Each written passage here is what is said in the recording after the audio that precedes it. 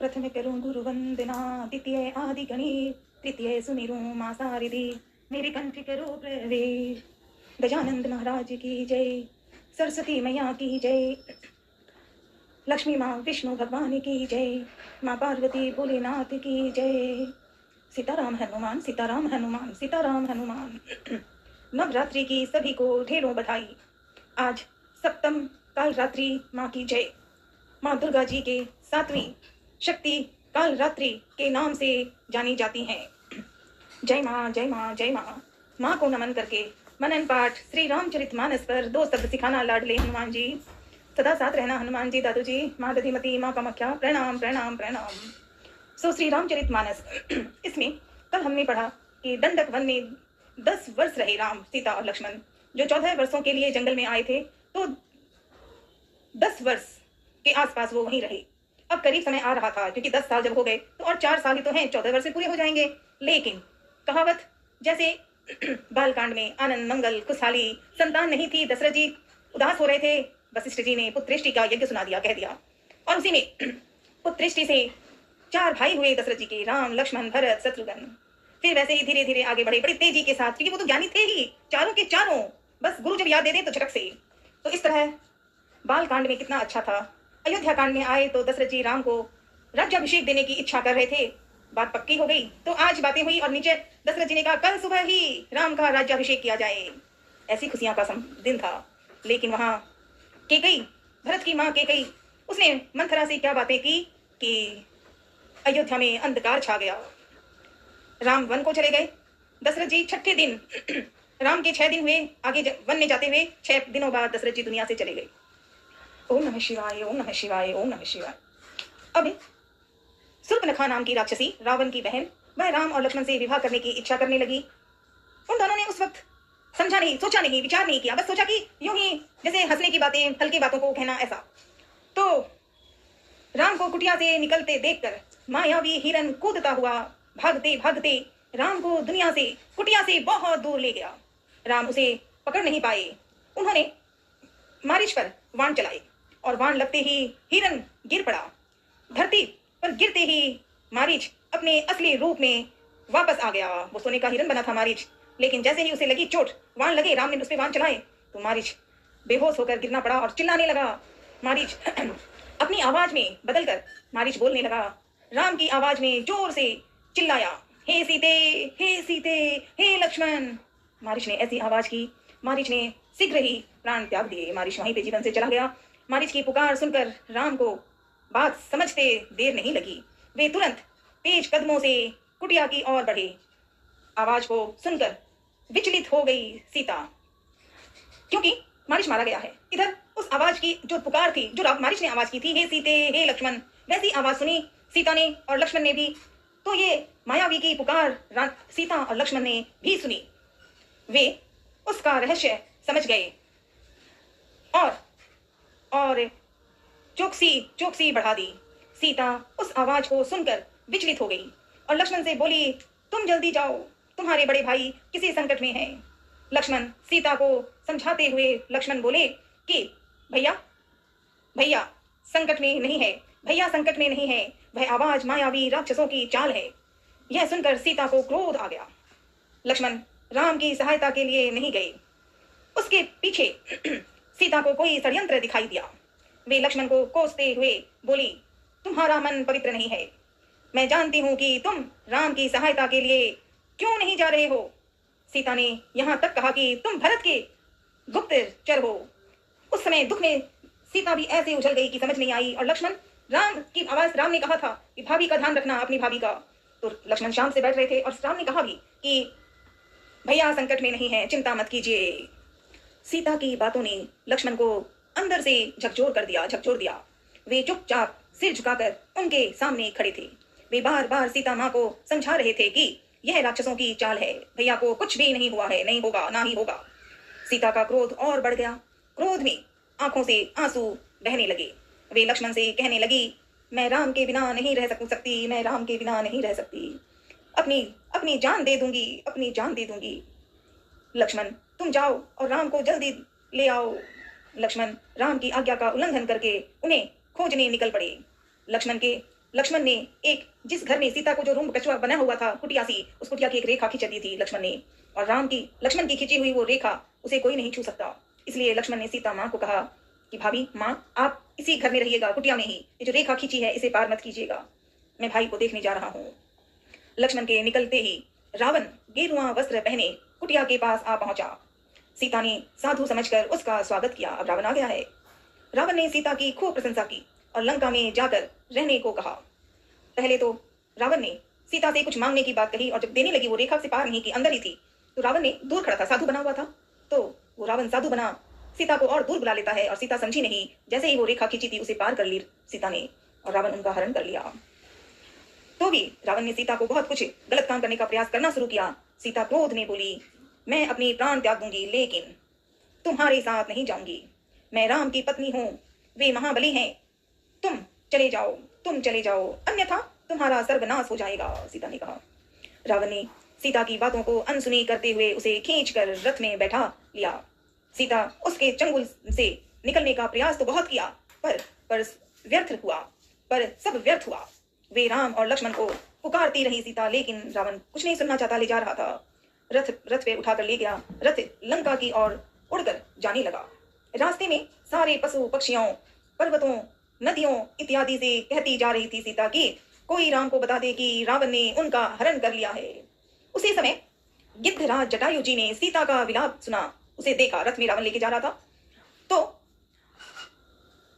गिद्धराज जटायु ने रावण को देखा और तुरंत रावण के रथ पर हमला कर दिया उन्होंने, और उसका रथ तोड़ दिया। क्रोध में रावण ने उसके पंख काट दिए। वह घायल होकर तुरंत धरती पर गिर पड़े। रावण का रथ टूट गया था। वह सीता को अपनी बाहों में दबाकर दक्षिण की ओर उड़ने लगा। सीता किसी तरह राम के पास सूचना पहुंचाना चाहती थी। उन्होंने अपने आभूषण उतारकर रास्ते में ओम नमः शिवाय बोले, ओम नमः शिवाय। सीता ने आभूषण जो उनके अपने थे, ये आभूषण वानरों से राम को शायद मिल जाए तो मेरी सूचना उनको प्राप्त हो जाएगी। सीता ने ये सोचा और आभूषण यूं ही निकाले जहां वानरों ने देखा था। कुछ ही समय में रावण लंका पहुंच गया। वह हर तरह से सीता को प्रभावित करना चाहता था। वह अपने अंतपुर में गया और सीता को राक्षसियों के निगरानी में छोड़कर बाहर निकल गया।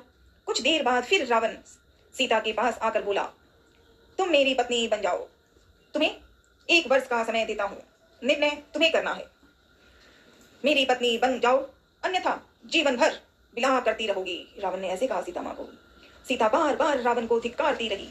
वे कहती रही कि तू राम के बल को नहीं जानता, वे तुझे अपनी दृष्टि से जलाकर राख कर देंगे। मेरा सारा वैभव मेरे लिए निरर्थक है। तूने महापाप किया है। राम के हाथों तेरा अंत निश्चित है। राम की इतनी ज्यादा प्रशंसा सुनकर रावण कुछ चिंतित हो गया। रावण के मन में कुछ सवाल हुआ कि ये राम कैसा है, ये पत्नी कैसे अपनी पति को बुला रही है उसे, और मेरे बारे में सब कह रही है। और रावण ने तुरंत अपने 8 शक्तिशाली राक्षसों को बुलाकर पंचवटी भेजा और राम लक्ष्मण पर निगरानी रखने को कहा, तथा मौका मिलते ही उनको मारने का भी आदेश दिया रावण ने। उधर रावण ने सीता को अंतपुर से निकालकर अशोक वाटिका में बंदी बना दिया। अशोक वाटिका में उसने राक्षसियों को आदेश दिया कि सीता को कोई शारीरिक कष्ट मत देना, सिर्फ उसके मन को दुख पहुंचाओ, अपमानित करो। रावण ने सब किया और अपनी ओर से कोई कमी नहीं छोड़ी, पर सीता बार बार राम का नाम लेती रही। मायावी मारीच की पूरी चाल राम के समझ में आ गई थी। वे इस षड्यंत्र को विफल करने के लिए तेज कदमों से कुटिया की तरफ भागे। मन में कई प्रश्न थे, अब क्या होगा। मन में एक डर लिए वे आगे बढ़ रहे थे। तभी उनकी नजर लक्ष्मण पर पड़ी। लक्ष्मण को देखते ही राम की शंका और बढ़ गई। वे सोचने लगे कि मायावी राक्षस ने राम कह रहे हैं विचार से, क्योंकि लक्ष्मण को आते हुए देखा तो राम अपने आप सोच रहे हैं। वे सोचने लगे कि मायावी राक्षस ने सीता को मार डाला होगा या उसे उठा ले गया होगा। कुटिया छोड़कर आने से राम लक्ष्मण पर काफी नाराज हुए, पर उन्होंने क्रोध पर नियंत्रण रखा। दोनों भाई काफी डर गए थे। लक्ष्मण ने राम के सामने अपनी सफाई दी। देवी सीता के कटु वचन ने मुझे आने पर मजबूर कर दिया। राम ने लक्ष्मण से कहा, तुमने मेरी आज्ञा का उल्लंघन करके अच्छा नहीं किया। मेरा मन काफी चिंतित है, पता नहीं सीता किस हाल में होगी। राम सीता को पुकारते रहे, पर आवाज पेड़ों से टकराकर हवा में विलीन हो जाती थी। यहाँ तक कि पशु पक्षियों की चहक भी लुप्त हो गई थी। राम ने चारों ओर सीता की खोज की, पर सीता का कहीं पता नहीं चला। शोक से व्याकुल राम रोने लगे। राम गोदावरी नदी के पास गए। उन्होंने नदी, पेड़ पौधे, हाथी, शेर, फूल, चट्टान, पत्थरों से भी सीता के बारे में पूछा। वे अपनी सुध बुध खो बैठे थे। शोक में वे यह भी भूल गए थे कि पेड़ पौधे तथा चट्टाने नहीं बोलती। राम का दुख लक्ष्मण से देखा नहीं जा रहा था। विलाप करते हुए राम ने लक्ष्मण से कहा, मैं सीता के बिना नहीं रह सकता, तुम अयोध्या लौट जाओ, मैं यहीं प्राण त्याग दूंगा। राजा राम ने कहा छोटे भाई लक्ष्मण को, क्योंकि राम जी ऐसे भी सब दुख सहने के लिए तैयार थे, पर पत्नी के बारे में पता ही नहीं कौन क्या कैसे कहां ले गया। उनका मन दुखी हो गया। लक्ष्मण राम को समझाते हैं, आप एक आदर्श पुरुष हैं, आपको धैर्य रखना चाहिए, हम लोग मिलकर सीता माँ की खोज करेंगे। राम शांत हुए। थोड़ी देर बाद आश्रम के निकट हिरणों का एक झुंड आया। राम उन हिरणों से सीता का पता पूछने लगे। हिरणों ने सिर उठाकर आकाश की ओर देखा और दक्षिण की ओर भाग गए। राम समझ गए थे कि सीता की खोज दक्षिण की ओर करनी चाहिए। वन में भटकते हुए राम एक टूटे हुए रथ को देखकर असमंजस में पड़ गए। वही रथ जो रावण ले गया था, जो सीता को लेकर जा रहा था। जटायु ने सीता की मदद की कोशिश की थी। लक्ष्मण ने कहा, लगता है यहाँ कुछ देर पहले संघर्ष हुआ है। ऐसा लगता है कि सीता किसी राक्षस के चंगुल में फंस गई है। वहां से थोड़ी ही दूरी पर राम ने पक्षीराज जटायु जी को देखा। गिद्धराज जटायु जी ने पंख कटे हुए थे उनके। वह अंतिम सांस गिन रहे थे। उसी ने मतलब जटायु जी ने ही राम को बताया, रावण सीता को उठा ले गया है। रावण से मैंने युद्ध किया, उसी ने मेरा पंख काटा। मैंने रावण को घायल कर दिया है, पर सीता को नहीं बचा सका। रावण सीता को लेकर दक्षिण की ओर गया है। जटायु ने ये बात कह दी राम लक्ष्मण को। ओम नमः शिवाय बोले, ओम नमः शिवाय।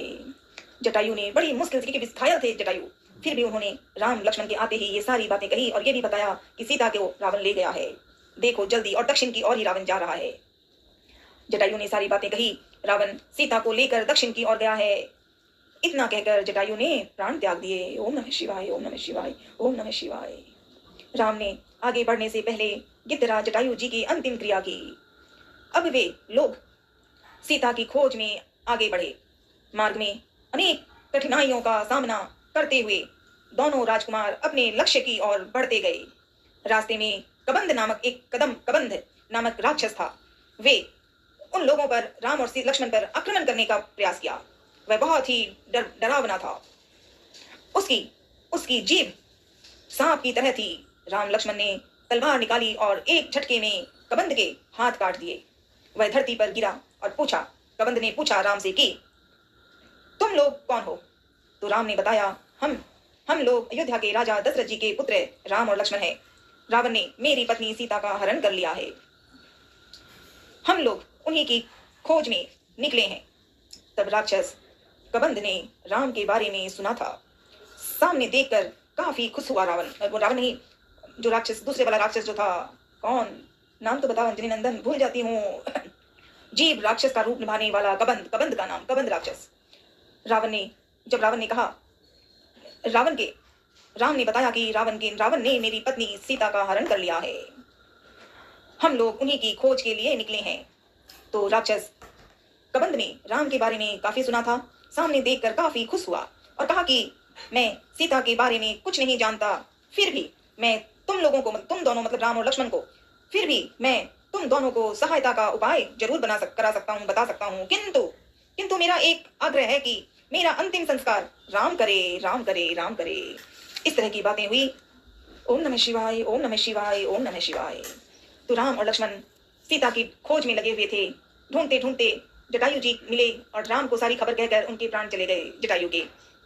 राम ने उनका अंतिम संस्कार किया, आगे बढ़े और राक्षस कबंध नाम का राक्षस था, उसके जब हाथ राम ने काट दिए थे तब उसने राम और लक्ष्मण के बारे में पूछा तो राम जी ने सारी बातें कही और ये भी कही कि मेरी पत्नी सीता का हरण हो गया है, राक्षस रावण ले गया है, मैं ढूंढना चाहता हूँ।